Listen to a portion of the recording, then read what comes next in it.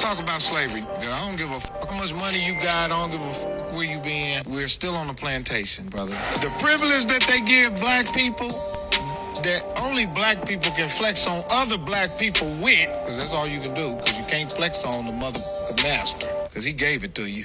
Go out there and flex on your people, because if you flex on me, your ass is in trouble. And what you got, that's my fuck-up money. I spend that in taxes. That couple $100,000 holding you over, that ain't real money, that's bill money. So go be a king to your own people.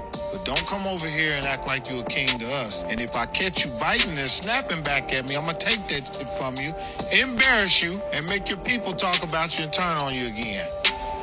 That's what they do to us with that shit. You know you can't take it with you. You don't own this shit. That's the only fucked up thing about having something more than your own people. You can only flex on your own people.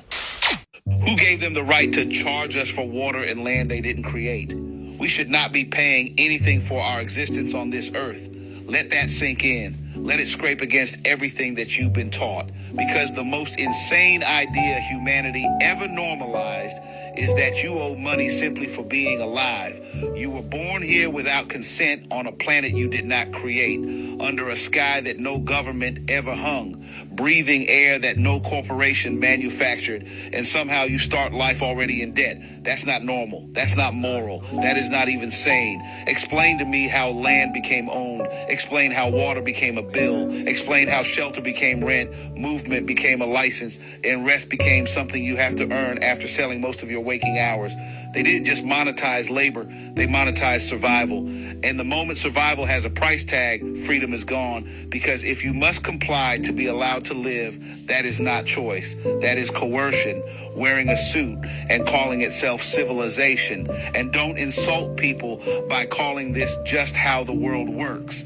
That phrase is the psychological gag they stuff in your mouth before they tighten the leash. Miss enough payments and watch how fast the mask drops. They don't just take your house. They don't just shut off your utilities. They take your mobility. They take your dignity. They cage your body, all because you failed to keep up with the subscription fee for being alive. That's not order. That is a threat backed by force. Work itself is not the enemy. Contribution is natural. Humans have always built, always grown, always created, and always shared. What is evil is when contribution stops being voluntary and becomes a condition for survival. What is evil is when fear of hunger, homelessness, and medical neglect is used as the whip. And that fear is not accidental. It's engineered. It keeps you obedient, tired, and arguing with your neighbor instead of questioning the system that's draining you dry. No moral system, none, can justify charging human beings for access to the earth they were born on. If a system requires you to earn the right to exist, then that system is illegitimate at its core. And if hearing this makes you uncomfortable, good. That discomfort is the sound of a lie cracking. You're not lazy for questioning this. You're not crazy for feeling it's wrong. You're dangerous because you're starting to realize the truth. You were never meant to pay for your own existence. Thanks for listening and subscribe for more.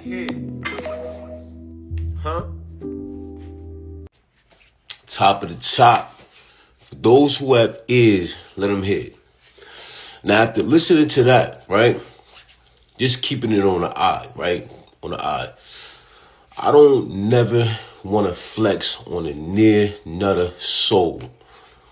I definitely don't want to flex on my people.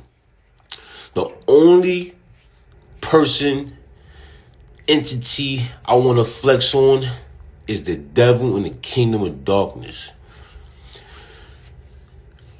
How we going to do that? Easy solution. We got to eliminate money. First and foremost, you know what I'm saying? And when we eliminate money, it eliminates competition amongst nobody's trying to flex on the next man. This whole system is corrupt, and we need a brainwashing. You know what I'm saying? They brainwash us, and we need a new brainwash. A brainwash. That's what needs to happen. It needs to take place with our people, period. And money, I could care less about money. I'm saying seriously, like in the kingdom of heaven, there's not going to be no money. So if you love money, then you love Satan's kingdom, point blank period. Because the kingdom of heaven is here and it's being ushered in. Where money, we ain't gonna need money because everything is ours. Hold on, real fast. Go to Acts chapter. I'm gonna give you a little example real fast of what the kingdom of heaven is gonna be like, right? And if you can't jack this, then the kingdom of heaven is not for you. Go to Acts chapter 2.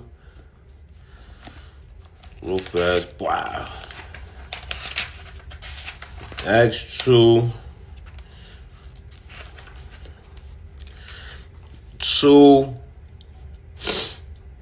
Check this out. This is a glimpse of the kingdom of heaven right here. Acts 2:44. And all those who believed were together and had all things in common. Right? And sold their possessions and property and divided them among all as any one might have a need. And day by day, continuing with one mind, right? In a set apart place, and breaking bread from house to house, they ate their food with gladness and simplicity of heart. No man called anything their own. We all share their own things in common. Oh, I'm growing tomatoes over here. I'm growing cucumbers over there. She got the sweet potatoes over there, garden. You got the cotton over there, wool over there. And we just trading. I mean, supplying each other's needs. And we all got the same amount. This is how I want to live. Keeping it on me. I don't want to have more money than the next person. I want everybody having the same amount of bread as me. I want us all flexing together on that lion devil. And this is what the kingdom of heaven. He said it's inside of us. We got to bring it out. And this is the beginning. I'm just giving you a little glimpse. For those who have ears, let them hear. Shalom.